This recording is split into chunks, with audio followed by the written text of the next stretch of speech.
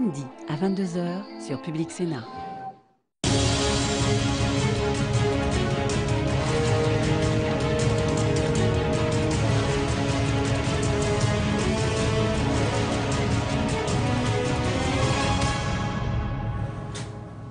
Gérard Longuet, vice-président de l'UMP, sénateur de la Meuse et l'invité de Preuve par 3. Bonsoir. Bonsoir. Merci d'être avec nous pour ce rendez-vous avec Dailymotion, avec l'agence France Presse, représentée tout à l'heure par notre consoeur Nadège Puljak, et alors que Perrine Arnaud, comme chaque semaine de Public Sénat, nous rejoindra pour la dernière partie de cette émission.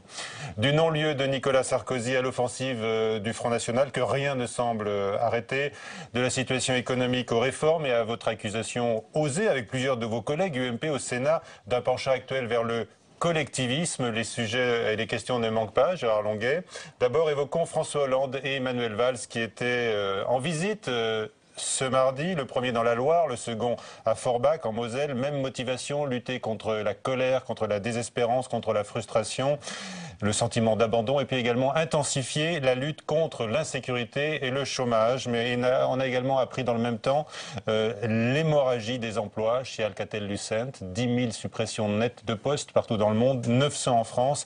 L'État doit-il, peut-il se contenter de demander un plan social le moins douloureux possible ? Enfin, vous avez évoqué beaucoup de sujets. Vous voulez commencer par lequel? Par Alcatel-Lucent, bien sûr. Oui, alors Alcatel-Lucent nous démontre une fois encore qu'une entreprise, pour rester leader, doit être mondiale, gagner de l'argent et investir.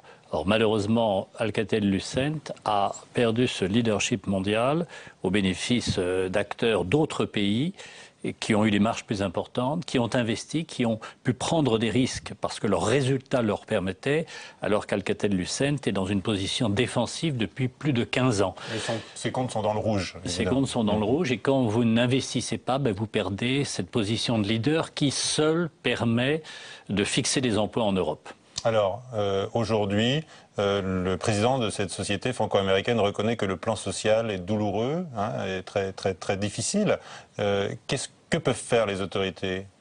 Les autorités peuvent faire énormément de choses, contrairement à ce qu'on croit. Même dans dans un pays ouvert, dans un pays dont les frontières sont libres, un gouvernement a la responsabilité de la productivité du pays sur long terme. Refuser, par exemple, ces licenciements massifs? Absolument pas. Ces suppressions d'emplois, en tous les cas. Non, la question qu'un gouvernement doit se poser, c'est: suis-je en train de donner à mon pays toutes les chances pour ces entreprises de gagner de l'argent?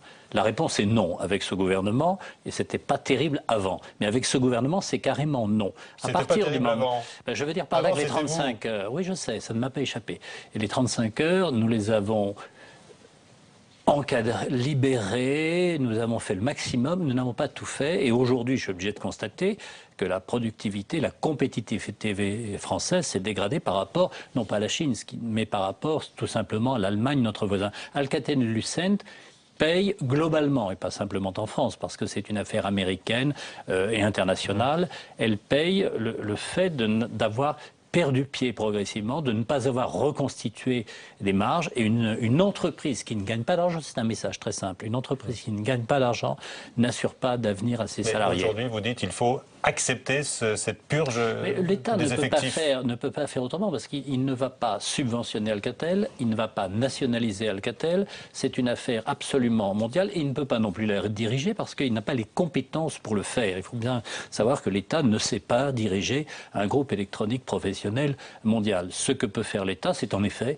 un plan social, veiller à ce que le plan social soit le plus parfait possible, et surtout, pour l'avenir, se donner les moyens d'aider les entreprises, ou plus exactement de donner aux entreprises des conditions de réussite. Le crédit impôt recherche est une vraie réussite, il faut continuer de soutenir ces opérations-là.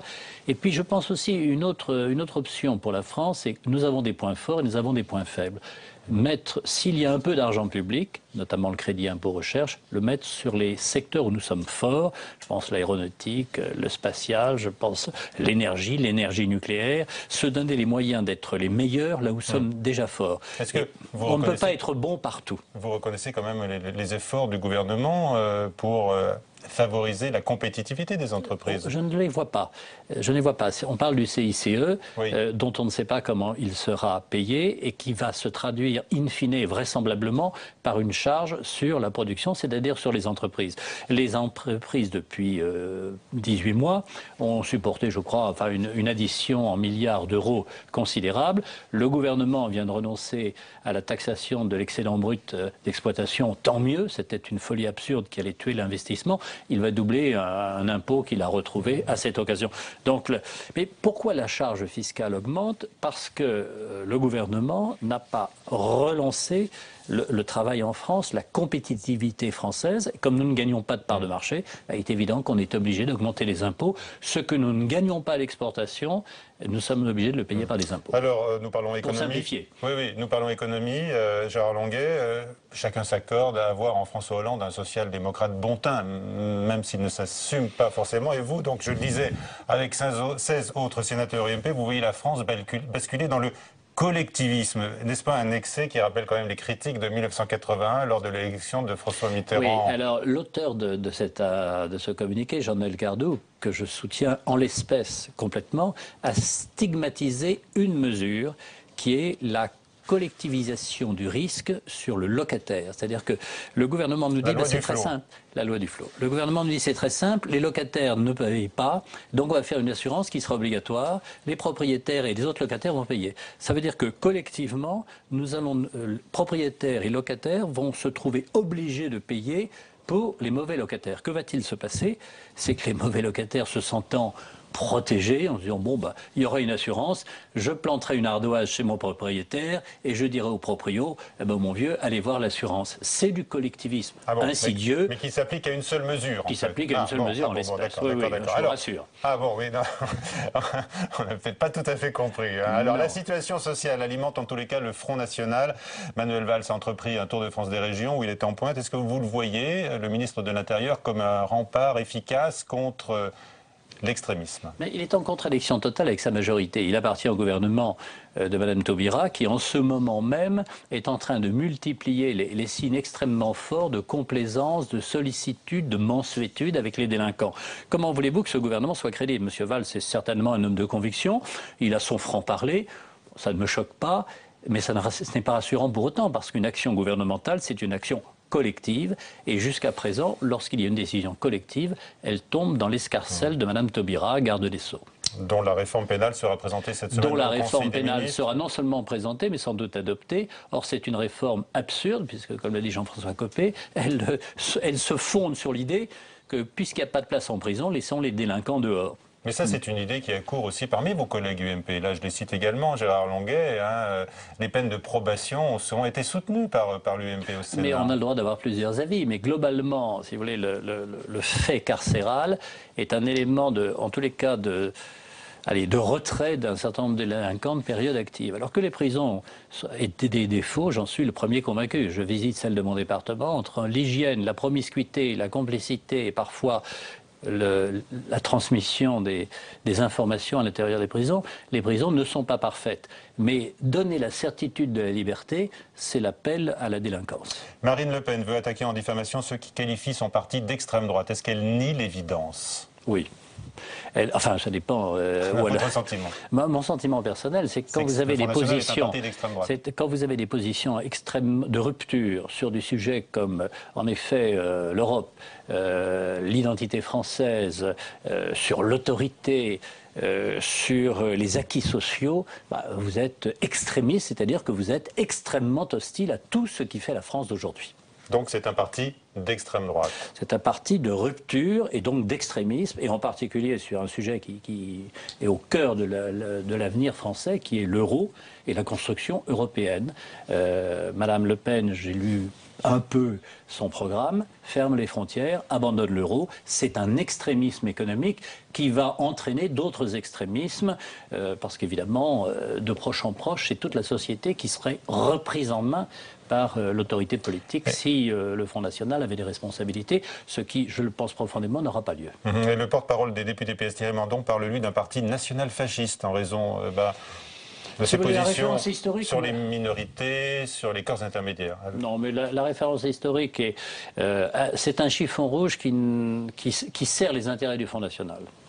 Je ne l'utiliserai pas. Vous l'avez noté, Gérard Longuet, la gauche appelle à faire barrage contre le candidat du Front National, extrémiste, dimanche prochain, à la cantonale de Brignoles dans le Var. Donc la gauche reste fidèle au Front républicain. C'est un geste que vous appréciez? Non, la gauche, elle a dévissé dans l'électorat populaire. Elle n'existe plus dans l'électorat populaire. Elle en tire les conséquences, soit. Mais elle ferait mieux de se poser la question de savoir pourquoi le Front National existe. Et en partie parce que justement les annonces de Mme Taubira inquiètent les Français et les amènent à accepter des positions extrémistes. Mais cet appel... C'est Mme Taubira qui fait le Front National, Valls ne l'empêche pas, et si les socialistes veulent nous soutenir, j'en suis très reconnaissant. En général, ils ont bénéficié des voix du Front National pour faire battre des députés UMP. Ce fut mon cas en 1997, je m'en souviens. Donc vous êtes reconnaissant quand même à cette attitude républicaine contre l'extrémisme de la gauche. Je pense qu'ils n'ont pas d'autre choix, et je suis très heureux pour notre candidate qu'elle ait ce soutien. Car ça lui sera utile. Car ça lui sera indispensable. Le soutien de la gauche sera indispensable à votre candidate. Oui, absolument. Sinon, elle ne peut pas gagner, c'est clair. La gauche n'a pas de doute, donc apparemment, pour savoir qui est le plus sectaire entre une UMP en l'espèce, ça c'est très simple parce que les UMP sont souriants et sympathiques, ce qui n'est pas toujours le cas des amis de M. Mélenchon. Vous avez, mais entre un PS et un Front National, vous avez un doute pour savoir qui est le plus sectaire? Humainement, si vous voulez, je ne ferai pas la zoologie complète de toute la carte politique française. Il y a certainement des gens sympathiques un peu partout. Je dis simplement que le Front National n'apporte rien à notre pays et que le PS le tire vers le bas. Et que les deux sont complices. C'est-à-dire que le PS gagne parce que le Front National existe. Un quart des électeurs se dit prêt à voter Front National aux prochaines élections municipales. Gérard Longuet, selon un sondage LH2, Nouvel Observateur. Qu'est-ce que vous dites, vous, aux sympathisants UMP? Je crois qu'ils sont 1 sur 2 à pencher pour des alliances avec le Front National. Ça veut dire, la seule façon pour Hollande de se sortir du mauvais pas dans lequel il a engagé notre pays et sa majorité, c'est de jouer avec le Front National. Et comme Mitterrand a su le faire en son temps, en 88, enfin dans un passé lointain, nous avons à affirmer nos convictions, nos valeurs, à être en tête au premier tour et de telle sorte qu'après les électeurs choisissent. Être en tête au premier tour, c'est la logique de l'UMP. Ce qui prouve d'ailleurs que l'une des responsabilités de l'UMP, c'est d'abord de garder tous les siens et d'être suffisamment sympathique et attractive pour s'élargir, y compris vers le centre. Je pense que le centre a une responsabilité historique. Si le centre veut travailler seul, il permettra au Front National d'être au deuxième tour et il porterait une responsabilité assez lourde. Donc je pense que l'un des problèmes, on en parlera peut-être, c'est qu'est-ce que l'UDI aujourd'hui, qu'est-ce que le MoDem aujourd'hui. Séparés, il contribue à donner la perspective d'un deuxième tour PS-Front National. Vous êtes satisfait du retour au bercail, comme l'écrivait Jacques Julliard dans Marianne cette semaine, de François Bayrou donc. François Bayrou est un homme qui compte incontestablement. Il a sa personnalité, il est parfois agaçant, il est souvent imaginatif et généreux. En tous les cas, il aime la politique et il la connaît. Bien, mais vous êtes satisfait de son nouveau virage sur l'aile? Je le préfère là qu'ailleurs. Très bien. Allez, mais il faut qu'il aille plus loin encore. Nous allons évoquer maintenant le retour de Nicolas Sarkozy avec Nadège Puljac de l'agence France-Presse. L'ancien président est donc libéré du boulet de l'affaire Bettencourt. Mais politiquement, il a encore d'autres écueils sur sa route, judiciaire d'abord et puis politique ensuite. Ainsi, François Fillon qui se dit aujourd'hui prêt pour l'affrontement. Sophie Normand. On le connaissait posé, modéré et rassembleur. On le découvre combatif, dur et impétueux. Depuis plusieurs semaines, François Fillon multiplie les sorties. Dernière en date, dans le journal du dimanche. L'ancien Premier ministre s'affranchit et lâche le mot « rupture ». Il a un objectif, les primaires de 2016, et il faut qu'il fende l'armure. Il faut qu'il devienne lui-même et qu'il prenne un certain nombre de libertés. Et cette parole libre, c'est ce que les Français attendent de lui. Changement de style, mais pour ce proche de Nicolas Sarkozy, la rupture est fondamentale. Le premier signal a été donné il y a un mois. François Fillon appelait alors à voter pour le moins sectaire en cas de duel PS-FN. Il droitise l'image parce qu'il pense que notre électorat étant droitisé, ça vaut mieux pour la primaire. Si Nicolas Sarkozy revient, je pense qu'il a un sujet, c'est que cet électorat-là sera plutôt pour Sarkozy. Et son image, autrefois plus centriste, plus modérée, lui aurait permis d'avoir un autre électorat. Il fait un pari sur 2016. Un pari qui passe par une compétition directe, ce sont ses mots, avec Nicolas Sarkozy, à qui il n'a plus parlé depuis plusieurs mois. Fini donc l'image de collaborateur de l'ancien président. Le député de Paris veut se démarquer de celui qui, pour beaucoup de militants UMP, reste considéré comme le recours providentiel pour 2017. François Fillon dit se libérer et affirme travailler sur un programme, lui aussi, de vraie rupture. Une stratégie un peu décalée pour Jean-Pierre Raffarin. Je ne conteste ni la légitimité ni la qualité de François Fillon, ni les idées. Simplement, ce que je dis, c'est que cette logique du quinquennat qui nous oblige à être en campagne présidentielle fait qu'aujourd'hui, on tient le discours de 2017 en 2013. Et pour les Français, je le dis sérieusement, c'est décalé. Des Français qui continuent de plébisciter Nicolas Sarkozy dans les sondages, quand la cote de François Fillon pâlit. Voilà, Nadège Puljac nous a rejoint, notre consoeur de l'agence France-Presse. Vos questions à Gérard Longuet, Nadège. Alors, la stratégie d'affrontement ouvert de François Fillon envers Nicolas Sarkozy, est-ce que c'est la bonne stratégie ? Je suis absolument incapable de porter un jugement sur une stratégie présidentielle n'ayant, à titre personnel, jamais été candidat à une présidentielle. Vous êtes un soutien de M. Fillon, vous devez quand même avoir une idée. J'apprécie ses convictions, j'apprécie son comportement, j'apprécie son expérience et j'ai passé dans son gouvernement, sous l'autorité du président de la République, c'est le cas du ministre de la Défense, des moments parfaits. Maintenant, dans la vie politique française, Raffarin le disait à l'instant, le fait présidentiel semble tout écraser. Or, il y a une vie politique avant 2017. Cette vie politique, elle est parlementaire, elle est partisane, elle est municipale, elle sera cantonale et régionale en 2015. Sénatoriale aussi. Alors, mais le sujet, si vous voulez, ça ne me...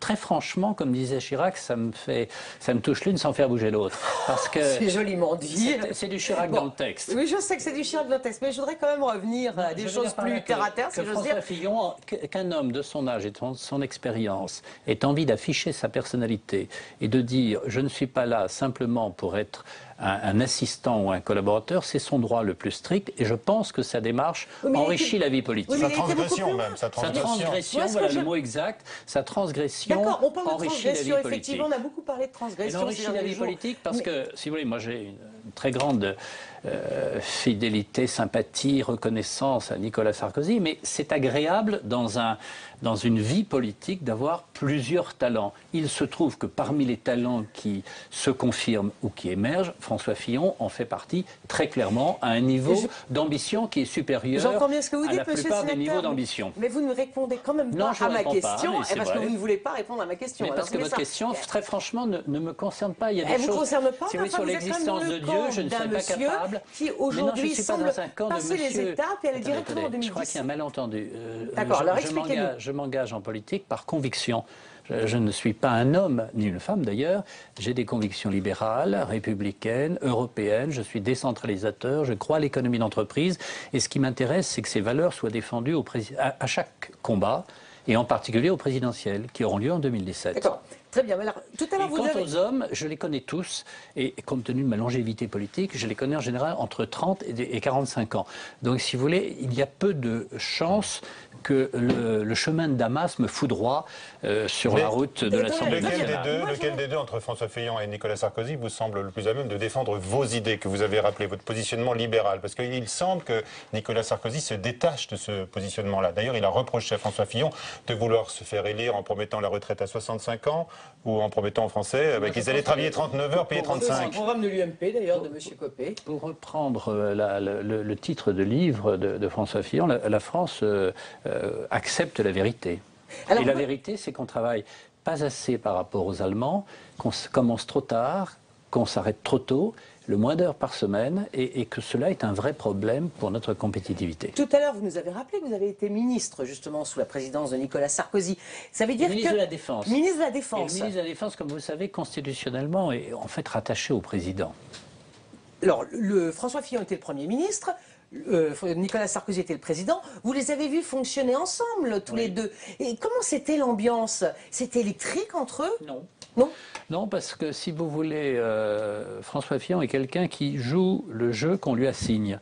Quand il est Premier ministre d'un président de la République, il se comporte comme le Premier ministre d'un président de la République de la 5e. C'est pour ça qu'ils sont contents de se défouler aujourd'hui. Quand il est candidat à exister proprio motu et avec son enseigne, eh bien, il fait ce qu'a fait Georges Pompidou à Rome.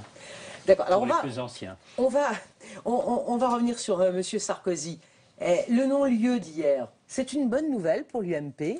C'est une bonne nouvelle pour la justice. D'abord, ça prouve que la justice est indépendante et qu'elle n'a pas cédé à l'acharnement qui frappait Nicolas Sarkozy. Il y a quand même les attendus des juges qui sont durs, qui sont sévères. Est-ce qu'ils peuvent jeter la suspicion sur M. Sarkozy? Les juges mentionnent dans l'ordonnance de non-lieu, effectivement, un comportement abusif de Nicolas Sarkozy lors de sa ou ses visites au domicile des Bettencourt. Je ne sais pas je n'ai pas lu ces attendus, je dis simplement qu'il n'y a pas lieu de poursuivre Nicolas Sarkozy, c'était ni à dire qu'il n'y a pas de délit. De toute façon, il n'y a pas rien à dire. Ensuite, que Mme Bettencourt, avec son mari André Bettencourt, qui était également un ami, ait reçu en familiarité le maire de Neuilly, qui était maire depuis 25 ans de leur ville, c'est pas complètement anormal. Est-ce qu'il est anormal qu'ils aient distribué des enveloppes pendant des années? Ça, c'est un secret de polichinelle. C'est un secret de polichinelle. Je regrette qu'une seule chose, c'est qu'il n'en ait pas donné au Parti républicain quand j'étais trésorier, parce qu'au moins ça nous aurait aidé.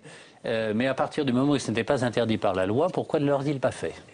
Alors, sur sa page Facebook, hier, M. Sarkozy a évoqué ceux qui l'ont soutenu, mais aussi les responsables politiques, alors je lis sa phrase, qui ont participé à cultiver le soupçon à son égard. Et les fillonistes dont vous faites partie, est-ce qu'ils doivent se sentir visés? Pas du tout.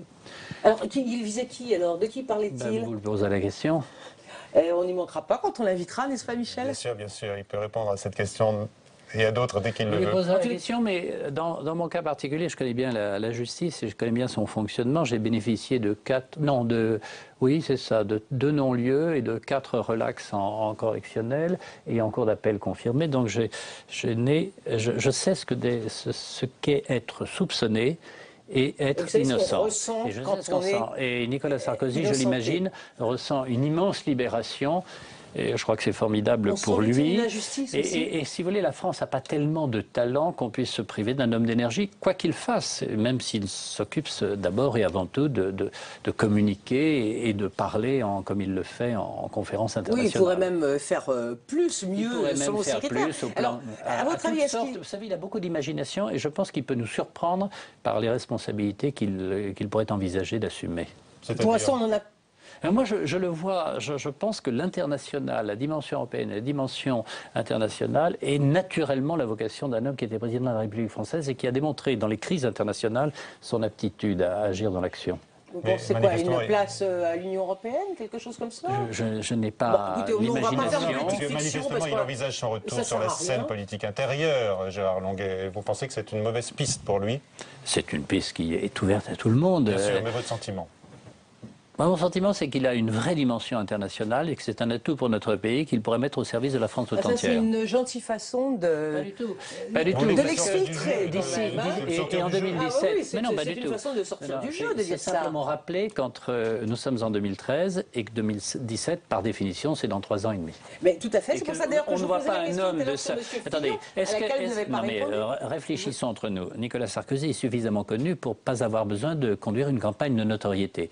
Il connaît également, on sait qu'il connaît les problèmes, il connaît les problèmes également. Donc, a-t-il besoin de faire une campagne de 3 ans et demi pour les présidentielles? La réponse est absolument non. Il a besoin, en revanche, j'en suis persuadé, d'être un homme dans l'action. C'est un homme d'action. Quelles sont les actions dans les institutions bloquées de la Ve République? Il n'y en a pas. Chef de parti, oui, c'est la seule qui soit ouverte. Mais on n'a pas l'impression qu'il soit très intéressé par la présidence de l'UMP. Ça ne le tente pas. Penseriez-vous d'un second quinquennat de Nicolas Sarkozy? Ce serait une bonne ou une mauvaise idée? On pose à nouveau la question différemment. Constitutionnellement, c'est tout à fait possible. Et en 2017, il y aura un choix de candidat et je participerai au choix du candidat. D'accord, mais pour Nicolas Sarkozy, vous pensez que ce serait un choix opportun, selon vous? Les deux peuvent se dire et on le verra en 2017. Et en tous les cas, s'il revient, on peut imaginer qu'il participe à une primaire. La primaire, elle est actée maintenant, dans les débats, dans les statuts de l'UMP. Logiquement, il doit y avoir une primaire. Il y a une grande différence, si vous voulez. Moi, j'avais beaucoup travaillé avec Charles Pasqua sur le thème des primaires dans un passé récent. Et la grande différence entre les États-Unis et la France, si vous voulez, c'est qu'aux États-Unis, le président des États-Unis, je ne dirais pas qu'il sort de l'inconnu, mais il n'y a pas de cursus honorum. Ce n'est pas prévisible. Par exemple, le poste de Premier ministre, le poste de chef de parti n'existe pas. On va chercher quelqu'un. Et je rappelle qu'aux États-Unis également, la politique se fait à coût de millions de dollars, puisqu'on peut communiquer librement en achetant des espaces. En France, c'est tout à fait différent. On chemine progressivement vers la notoriété, on est reconnu par son expérience. La primaire, certes, mais la primaire sera jamais en France une découverte. Ça peut être, dans certains cas, s'il y a une équivalence de situation, un moyen de départager. Vous êtes en train de dire qu'il n'aurait pas besoin, M. Sarkozy, de participer à une primaire. Non, je pense que la position... Vraisemblablement, une grande prudence, mais je préfère être prudent que péremptoire, vraisemblablement, l'opinion française qui connaît ces hommes politiques formulera un jugement. Alors, avec un bémol, que vous connaissez bien d'ailleurs, qui est celui de 95, où l'opinion semblait baladurienne, et Jacques Chirac a gagné la primaire. Elle vous semble quoi aujourd'hui, l'opinion ? L'opinion, de toute façon, il faut faire attention à une réalité simple, c'est que la droite modérée a le devoir absolu de se mettre d'accord avant la présidentielle. J'évoquais les centristes, mais c'est encore plus vrai et a fortiori pour l'UMP. Donc la mise en ordre de la candidature est indispensable parce que le Front National, sinon, risque d'être l'arbitre de la présidentielle. Et comme en 2002, nous proposer un choix impossible au deuxième tour. D'accord. Là, vous nous parlez beaucoup de la droite modérée. Tout à l'heure, on vous a entendu dire l'UMP doit être attractive, sympathique pour attirer les électeurs du centre. C'est ce que vous disiez à Michel tout à l'heure. Quand M. Fillon dit entre un PS et un FN, choisissez le moins sectaire, est-ce que ça c'est sympathique? Est-ce que c'est attractif pour les électeurs du centre? J'entends, c'est pas un jugement de valeur. Pour les électeurs du centre... Mais même pour les électeurs UMP, ça peut être en effet surprenant si on ne connaissait pas l'histoire même de François Fillon. Moi, je viens de la droite et je sais que François Fillon vient du gaullisme et qu'il a été vis-à-vis du Front National très catégorique. Non, je crois, il n'a pas dit ça. Il a dit très exactement il a dit je ne veux pas qu'on m'impose un prêt-à-penser. Et le prêt-à-penser, c'est qu'il se reconnaît le droit en fin d'émission. C'est en fin d'émission, il arrive parfois que l'on se lâche.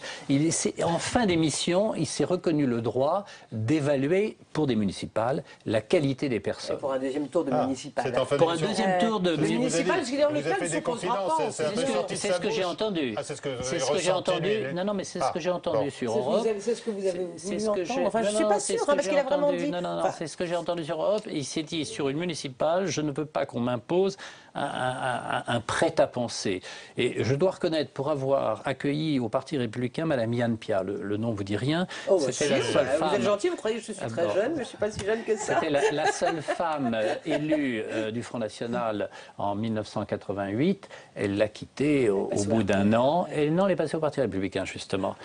Et c'était une femme de qualité, qui s'était trompée sur le sens profond du Front National.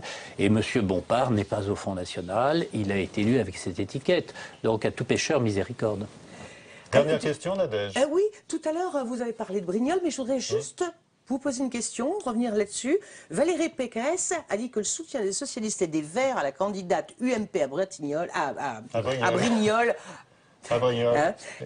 c'était pas terrible finalement. Vous nous avez dit le contraire. Alors vous nous avez dit le contraire. Moi, ce que je voudrais savoir, c'est qu'est-ce que vous pensez? Alors, pourquoi Valérie Pécresse nous a dit ça? Ne me dites pas, demandez-lui à elle. On lui demandera quand on l'invitera. Mais est-ce que ça vous a surpris? Je ne partage pas cet avis. Moi, je pense que si des électeurs de gauche ou verts se rendent compte de leur impuissance et en tirent les leçons, tant mieux. C'est une leçon de modestie et de réalisme de leur part. Et vous leur dites merci par avance. Et au nom de la candidate, je pense que la candidate les remerciera. Très bien. Merci. Après son élection. On suivra ça à Brignoles dimanche prochain. Pour vous, c'est encore possible alors qu'elle gagne. Ça va quand même être difficile pour les parce que ça fait 50% quand on additionne. Avec le candidat dissident d'extrême droite. Quand on additionne le Front National et le candidat d'extrême droite, ça fait 49,4. Avec 33% de participants. Oui, vous croyez qu'ils vont se déplacer au deuxième tour? Allez. Vous avez Il y a un enjeu. Il y a un enjeu. On va pas regarder dans la boule de cristal. On verra si les électeurs sont... C'est dimanche prochain, ça vient vite. Ça vient vite. Merci. Pour Brignoles, pour Bretignolles. Allez, Perrine Tarnaud de Public Sénat nous rejoint maintenant. Et c'est notamment votre expérience de ministre que nous allons solliciter maintenant, Gérard Longuet. Mais notamment durant la présidence Mitterrand, il faut le rappeler, bien avant votre titre de ministre de la Défense, pour analyser cette fois le style Hollande, puisque la question de l'autorité du chef de l'État revient régulièrement entre deux couacs ministériels. Jérôme Rabier. Monsieur le Président de la République. Au pouvoir depuis 1 an et demi, François Hollande, élu sur une image de rupture avec Nicolas Sarkozy, subit depuis les critiques sur son style présidentiel.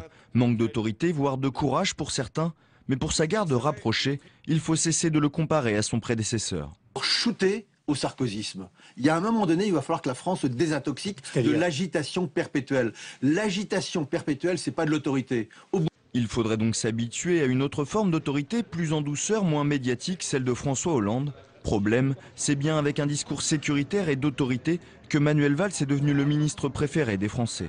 Valls incarne personnellement cette autorité et c'est à travers l'autorité que Valls peut dégager que Hollande et Ayrault apparaissent comme n'étant pas assez autoritaires. Ça s'est déjà passé il y a une dizaine d'années, et on s'en souvient, ça s'appelait Nicolas Sarkozy face à Jacques Chirac et Jean-Pierre Raffarin. Différence notable, Jacques Chirac était alors dans son deuxième et dernier mandat alors que François Hollande n'est qu'au début d'un premier quinquennat. Le chef de l'État a d'ailleurs déjà su imposer des choix, parfois avec autorité, même si les couacs gouvernementaux viennent ternir ses décisions. L'affaire du Mali, la manière dont il a décidé aussi le pacte de compétitivité, la manière dont il a résisté à la rue sur le mariage pour tous. Donc on ne peut pas dire que François Hollande soit quelqu'un qui manque d'autorité. Il y a plus un problème de charisme. Une critique qui lui colle à la peau puisque déjà, lorsqu'il dirigeait le Parti socialiste, certains le décrivaient comme un chef sans volonté de trancher. Mais à l'image de ceux qui s'y sont frottés à cette époque, le président de l'Assemblée nationale reconnaît que sur la durée, François Hollande a toujours su s'imposer. Regardez le nombre de critiques de ce genre qu'il a pu affronter au moment où il était premier secrétaire. Et je crois qu'il a démontré à plus d'un ce qu'était son manque d'autorité. Ne confondez pas son sourire et son autorité. La méthode Hollande, au Parti socialiste comme au sommet de l'État, a finalement peu changé. L'art de la synthèse dont certains se sont moqués est devenu la concertation vantée comme méthode de gouvernement. Le président ne compte pas en dévier, même s'il l'a promis, au prochain couac gouvernemental, il saura trancher. Voilà, Perrine Tarnaud est avec nous. Perrine, bonsoir. Bonsoir Michel, bonsoir Gérard Longueris. Est-ce que vous êtes de ceux qui pensent qu'il y a une défaillance en matière d'autorité à la tête de l'État ? Je crois qu'il y a une grande injustice à comparer François Hollande et François Mitterrand. François Mitterrand est arrivé à la présidence au terme d'un très long parcours politique, en connaissant des épreuves invraisemblables, dont il avait créé parfois les conditions lui-même.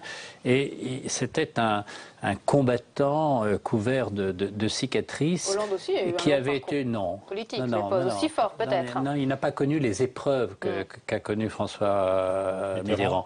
Je pense, pour avoir un homme comme Valéry Giscard d'Estaing avait été un combattant volontaire de la Deuxième Guerre mondiale. Il avait connu les républiques difficiles, l'incertitude de politique, et il avait combattu le gaullisme dans des conditions certes interne, mais qui était de très forte tension.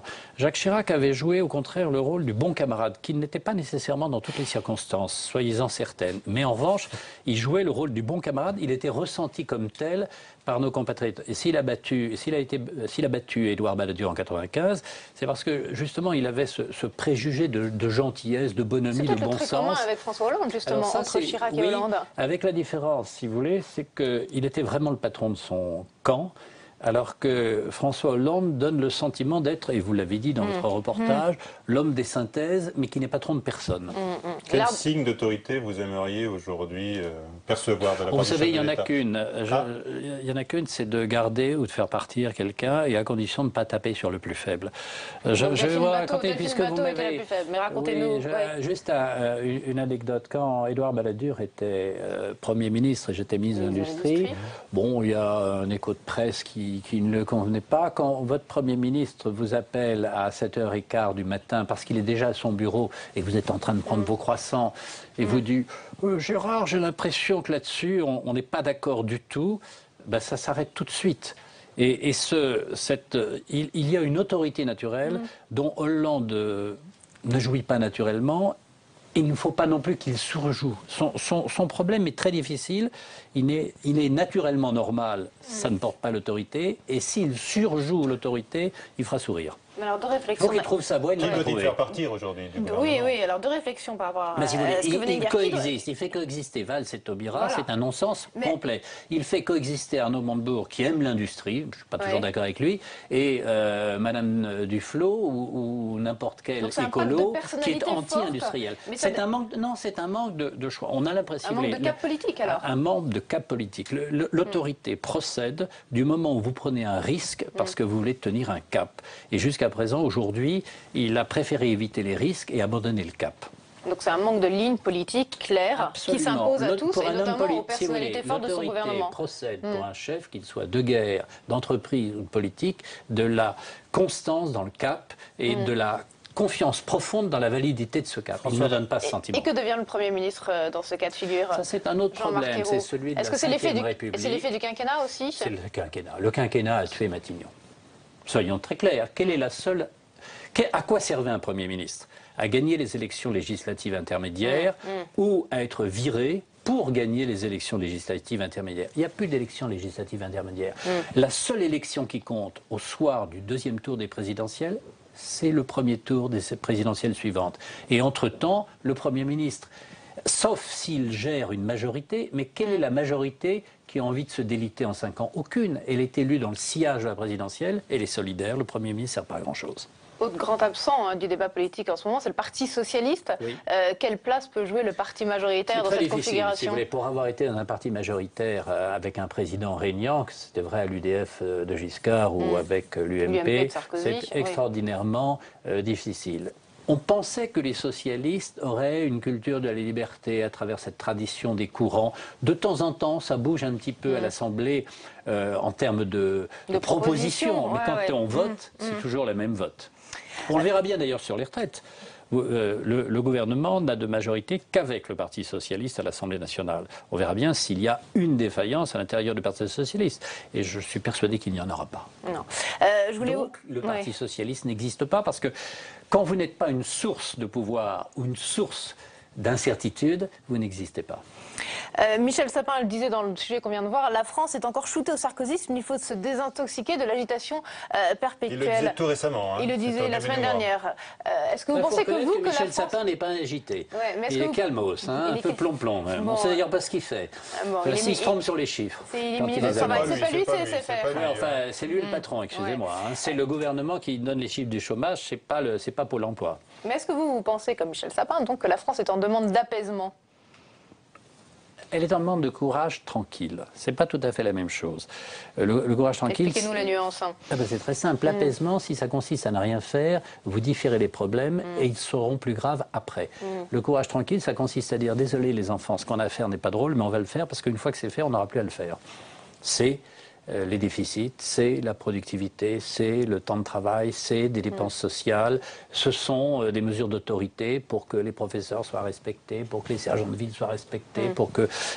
on a beaucoup progressé en France, il ne faut pas être... moi, je ne suis pas du tout décliniste. Regardez, on a réussi en matière de transport public, grâce à des lois Sarkozy, à ne plus avoir de grèves inutiles, et on peut travailler un certain nombre de sujets sans mettre la France en paralysie. La France mûrit, mais il faut aller beaucoup plus loin, beaucoup plus loin. Est-ce que Sarkozy, lui, il avait péché par excès d'activisme? Non, pas d'activisme. Puisqu'on est à l'heure de l'inventaire, du bilan, l'UMP, avec la convention qui va avoir lieu. Moi, si je n'ai qu'un seul grief à faire à l'encontre de Nicolas Sarkozy, c'est qu'il n'a pas mis les Français en face de leurs responsabilités. À certains moments, il aurait dû dire à sa majorité, à ses ministres, à ses soutiens ou à d'autres partenaires, au patronat, aux syndicats, mais attendez, faites-le. Faites-le, montrez ce que vous savez faire. Nicolas est un homme généreux et quand il voit qu'il y a un problème, il veut le régler lui-même. De temps en temps, il faut savoir dire aux autres, allez-y, faites le boulot, on verra bien ce que vous êtes capable de faire. Mais là encore, on revient au quinquennat qui a accentué le côté présidentialisation du régime. Avec un septennat, un président, et Mitterrand l'a fait souvent, pouvait prendre du recul et se détacher, y compris de son camp, y compris de son gouvernement. D'ailleurs, vous souvenez-vous de la phrase de Fabius, lui c'est lui et moi c'est moi. Et ça allait loin. Et finalement, ça permettait de respirer. Aujourd'hui, avec le quinquennat, il n'y a plus de moment de respiration. On sait qu'on s'en prend pour 5 ans de Hollande, on a été condamné à 5 ans. Et voilà, et on ne peut rien faire d'autre. Si François Hollande manque d'autorité naturelle, est-ce qu'il fait un bon chef de guerre? Au point de vue militaire, je dois reconnaître qu'il a pris la bonne décision au Mali, celle que l'état-major avait préparée, et que nous aurions pris si nous n'avions pas été en situation, de campagne électorale, et si la menace avait été aussi forte. Mais il l'a fait, et je suis reconnaissant. François Hollande qui était aussi très en pointe sur le dossier Syrie. Alors là, je pense qu'il y a eu une petite erreur diplomatique, c'est que les Américains nous ont traités comme des chiens. Je veux dire par là que Hollande... C'est pas de notre faute, alors, si? Un peu quand même, parce que si vous voulez, il faut savoir avec qui... C'est pas l'indécision de Barack Obama qu'il faut mettre en cause d'abord. Oui, mais il faut savoir avec qui on part faire la guerre. Parce que si vous partez faire la guerre avec quelqu'un dont vous pouvez penser raisonnablement qu'il n'a pas envie de la faire, vous passez pour une bille. Et c'est un petit peu ce qui s'est passé. Obama aimait les Français tant que les Russes lui claquaient la porte au nez. Au moment où les Russes ont entrouvert la porte, il a laissé tomber les Français, il faut s'en souvenir. Il aurait fallu être plus prudent, ou plus exactement, comme l'a dit François Fillon. Et je partage totalement ce sentiment, faire ce que la France a toujours fait, parler aux Russes et aux Américains. Justement, François Fillon, lui, il a parlé aux Russes, il a parlé à Poutine en Russie. Est-ce que vous avez été choqué que l'ancien Premier ministre que vous soutenez, vous nous l'avez rappelé au cours de cette émission, eh bien, apporte son soutien à un dirigeant occidental engagé dans un bras de fer avec notre pays? Il n'est pas dirigeant, c'est un homme politique. Aujourd'hui, il participe à... Bon, en gros, sur le fond... Vladimir Poutine en l'appelant Vladimir. Non, je crois en critiquant la France. La Russie nous a beaucoup aidés et la Russie n'est pas notre adversaire. Il se trouve que nous avons un différent d'analyse sur la Syrie, mais ce n'est qu'un différent d'analyse sur la Syrie. La Russie est un grand pays continental dont une partie est très clairement européenne et nous ne pouvons pas rejeter la Russie. Il faut discuter avec elle. En l'espèce, c'eût été un mois avant ou un mois après, c'était mieux. C'était mieux, donc il a été un peu trop loin. D'accord. Il y a 2 millions de réfugiés syriens aujourd'hui. Est-ce que la France doit en prendre sa part? Alors que François Hollande a annoncé qu'il y allait... 2 millions de plus, a dit l'ONU hier dans un rapport en 2014. Oui. Je pense que nous ne sommes pas en mesure de régler la guerre entre les chiites et les sunnites qui, depuis le détroit d'Ormuz jusqu'au nord, au sud Liban, opposent ces deux grandes cultures. Une petite question sur les Roms, pour terminer, Gérard Longuet. Valls a dit les Roms n'ont pas vocation à rester en France. Vous partagez ce point de vue, ils n'ont pas de volonté d'intégration? Il y a un vrai problème, oui, c'est vrai, il y a un vrai problème. La France est un pays de sédentaires où on est individualiste. Et les cultures communautaires mobiles sont assez largement incompatibles avec notre vie quotidienne. Pourquoi? Parce qu'il faut scolariser les enfants, parce qu'il faut accepter l'exogamie et non pas l'endogamie intégrale, et il faut accepter que chaque individu soit libre et n'appartienne ni à un clan, ni à une tribu, ni à un pater familias despotique. Toute l'histoire de l'humanisme français, avant la Révolution et bien après, ça a été d'afficher la primauté de l'individu et dans ce vieux pays paysan, la sédentarisation. Les Roms, c'est exactement le contraire. C'est le collectif, le clanique, le tribal et la mobilité. On a beaucoup de mal à se comprendre. Il y a des réussites. Il y a des réussites, oui. Pas de Roms d'ailleurs, parce que ça sont les nouvelles générations. Oui. Mais il y a des vieilles familles d'origine manouche, entre guillemets, Django Reinhardt, enfin, qui existent en France depuis longtemps et qui se sont intégrés. Est-ce qu'il faut pour autant les stigmatiser? Ceux qui ne veulent pas accepter nos principes de vie commune, qui sont, je le répète, l'exogamie, c'est-à-dire on se marie avec les gens que l'on connaît et pas simplement avec le clan, et on est fixe et on vit dans la vie locale. Et on respecte la vie locale, parce que quand vous êtes de passage, vous savez, les gens qui sont de passage, que ce soit d'ailleurs des militaires en permission ou des lycéens français dans le sud de l'Angleterre, quand ils sont en séjour scolaire, ils se tiennent parfois un petit peu légers. Hein. Eh bien, quand vous êtes une unité constituée, pour avoir été élu local, je peux vous dire que les passages laissent parfois des séquelles. Donc vous considérez comme Manuel Valls que les Roms n'ont pas capacité ou volonté de s'intégrer? Il ne faut pas globaliser, mais le fait est qu'il y a des systèmes à l'intérieur qui ne choisissent pas l'intégration. Merci d'avoir été avec nous cette semaine. Merci Perrine. La semaine prochaine, notre invité, vous l'entendrez et vous l'écouterez avec attention, sera François Bayrou. Bonsoir, à très vite.